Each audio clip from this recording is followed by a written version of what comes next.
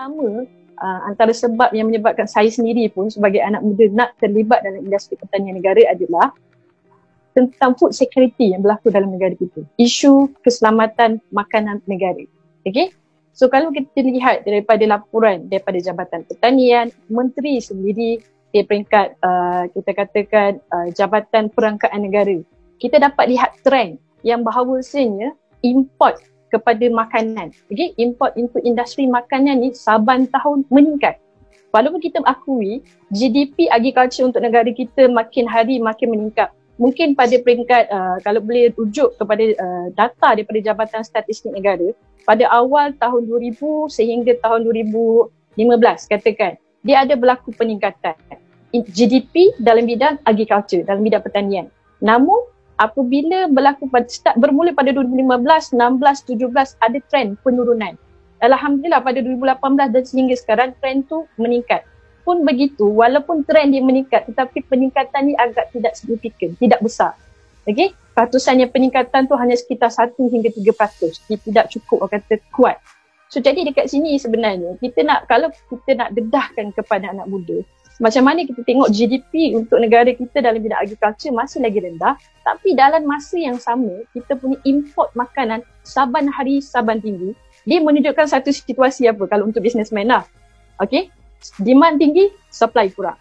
So market ni sangat besar. Okay, market ni sangat berpotensi untuk sesiapa sahaja, anak muda ke bukan anak muda, untuk masuk dan juga untuk menyertai.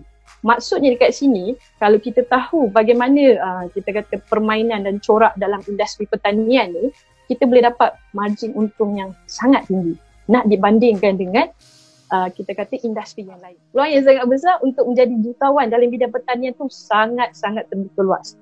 Bergantung kepada bagaimana anak muda tu nak bermain dalam permainan ini. Dan yang kedua, kenapa anak muda perlu untuk menyertai bidang pertanian negara? Yang seperti yang saya sentuh di peringkat awal tadi adalah isu keselamatan makanan negara. Itu yang paling penting. Apa yang menyebabkan saya berminat menyertai bidang pertanian negara ni? Sebab asalnya saya daripada Universiti Malaya, terlibat dengan kita kata banyak kajian teknologi dalam bidang pertanian dan sebagainya lah. Tetapi saban hari saya melihat terlalu banyak academician bercerita tentang masalah masalah keselamatan makanan dalam negara kita. Bila berlaku ni COVID pada Mac 2020 yang kita buat PKP dan sebagainya, dekat sini kita dah mula rasa bagaimana industri pertanian negara ni yang membekalkan makanan untuk negara adalah satu bidang yang sangat kritikal. Kalau anak muda dalam negara Malaysia kita, tak kisahlah Melayu ke, Cina ke, India ke, tak terfikir untuk menyelamatkan industri makanan negara, adakah kita mahu kita sendiri sebagai anak muda berlaku krisis yang berlaku dalam negara kita nak mengemis dengan negara Thailand untuk dapatkan sedikit beras? Yang saya dapat daripada tahun 2018, okay, statement yang dikeluarkan oleh Majlis Profesor Negara, kita punya isu keselamatan makanan dalam negara kita ni boleh dikatakan kalaulah berlaku penutupan sempadan oleh negara kita dan juga negara luar. Okay? Tak boleh dah nak masuk makanan daripada luar dan dalam, kan? So waktu tu kita mampu bertahan dengan stok yang kita ada lebih kurang dalam 2 minggu ke 3 minggu sahaja. So ia agak parah. Saya punya nature orang muda ni, dia suka cabaran. That's why saya kita kata terjun dalam bidang industri pertanian ni. So saya nak lihat bagaimana kemampuan daripada teknologi, daripada networking yang saya ada, saya boleh membantu negara untuk meningkatkan lagi pengeluaran makanan dalam negara.